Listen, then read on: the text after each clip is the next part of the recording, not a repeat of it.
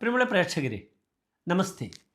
നാം ഇവിടെ ചർച്ച ചെയ്യുന്നത് ചാരവശാൽ ജ്യോതിഷത്തിൽ രാജകുമാരനായ ബുധൻ്റെ കർക്കിടകൻ രാശിയിലേക്കുള്ള പ്രയാണം, ആ യാത്ര എപ്രകാരം ഓരോ രാശിക്കാർക്കും ശുഭാശുഭ ഫലങ്ങളെ പ്രദാനം ചെയ്യുന്ന വിഷയമാണ്.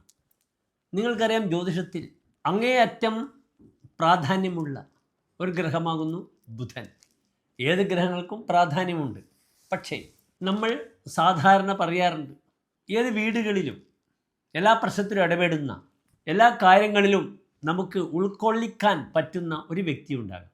അയാൾ എല്ലാ വിഷയത്തിലും സജീവമായി ഇടപെടും. അങ്ങനെയുള്ള വ്യക്തികൾ സമൂഹത്തിലും നമ്മളുടെ വീടുകളിലും കുടുംബത്തിലുമൊക്കെ നാം കാണും. അങ്ങനെയുള്ള ഒരു ഗ്രഹമാണ് നവഗ്രഹത്തിൽ ബുധൻ.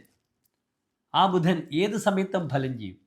ആരുടെ കൂടെ കൂടിയാലും ആ ബുധൻ പല രീതിയിലുള്ള യോഗങ്ങൾ ഉണ്ടാക്കും.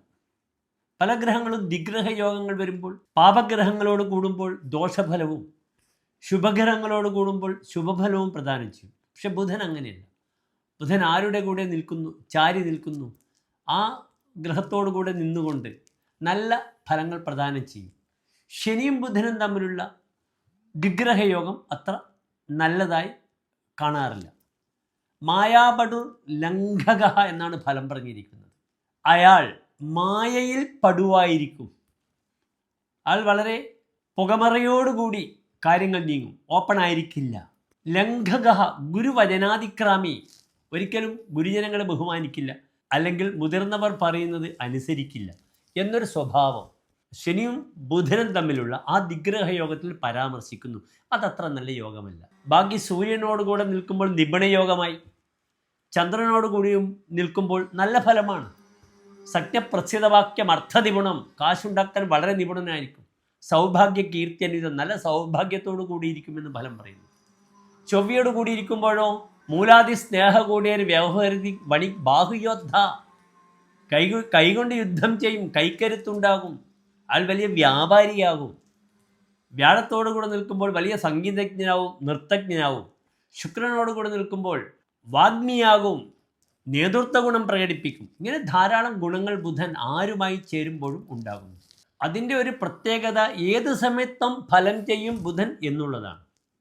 ഏതായാലും ബുധൻ ഇതാ കർക്കിടക രാശിയിലേക്ക് പ്രവേശിക്കുകയാണ്. ബുധൻ സ്വന്തം ക്ഷേത്രമായ മിഥുനത്തിൽ നിന്നും കർക്കിടകത്തിലേക്ക് പ്രവേശിക്കുകയാണ്.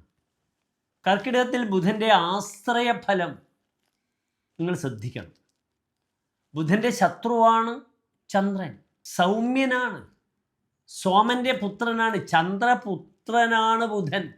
അങ്ങനെയുള്ള ബുധൻ്റെ ഏറ്റവും വലിയ ശത്രു ആരാണ്? ചന്ദ്രനാണ്. തന്നെ ജനിപ്പിച്ച ചന്ദ്രനാകുന്നു ബുധൻ്റെ ഏറ്റവും വലിയ ശത്രു.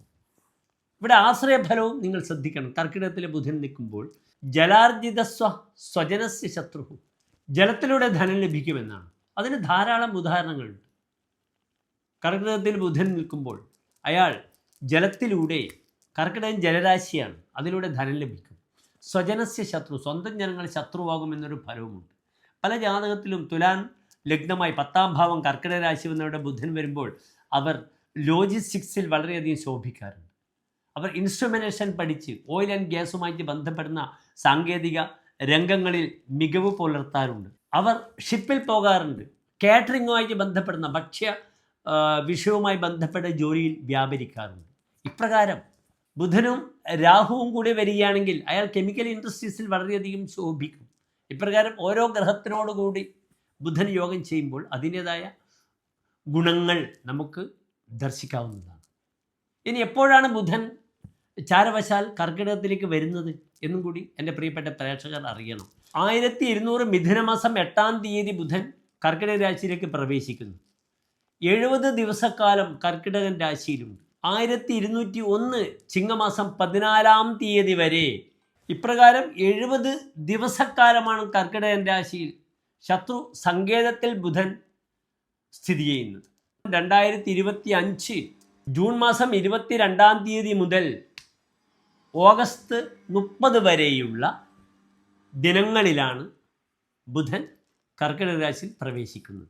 ഇനി നമുക്ക് ഓരോ രാശിക്കാരുടെയും ശുഭാശുഭ ഫലങ്ങൾ എപ്രകാരമാണ് എന്ന് ചിന്തിക്കാം.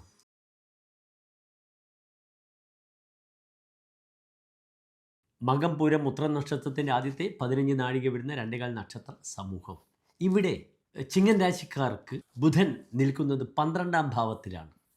നിങ്ങളറിയണം, 12ാം ഭാവം നല്ല ഭാവമാണോ അല്ല മോശം ഭാവമാണോ എന്ന വിഷയം.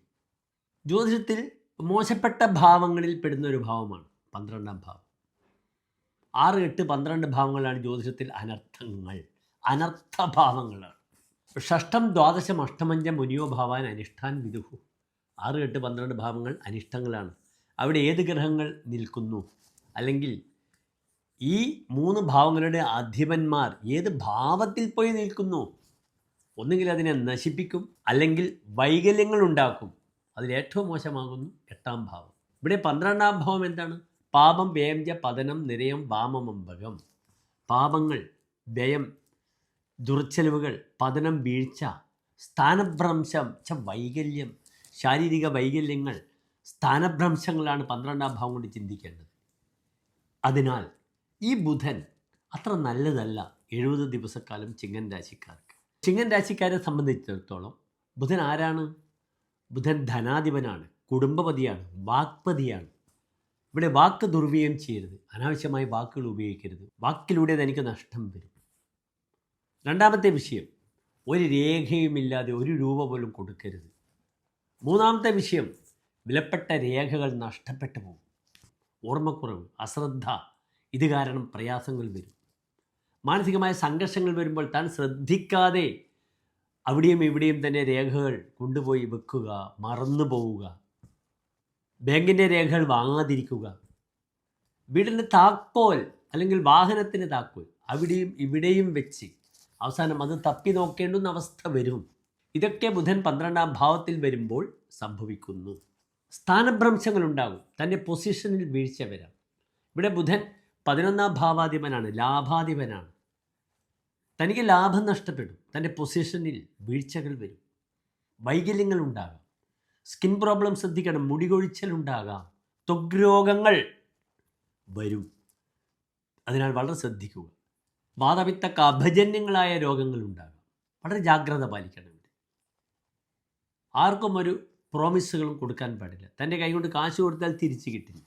ഇപ്രകാരം വലിയ ദുരന്തങ്ങളാണ്, പ്രയാസങ്ങളാണ് ചിങ്ങൻ രാശിക്കാർക്ക് ഉണ്ടാവുക.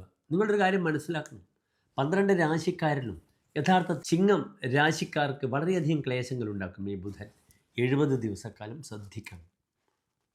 അവിചാരിതമായ ചില ഭാഗ്യങ്ങളൊക്കെ പറഞ്ഞിട്ടുണ്ട് ചമത്കാര ചിന്താമണിയിൽ. പക്ഷേ ഹോരാശാസ്ത്രത്തിൽ പറഞ്ഞിരിക്കുന്ന ഫലം എന്താണ്? പതിതസ്തുരിഭേ, പാതിത്യം വീഴ്ച വരുമെന്നാണ്.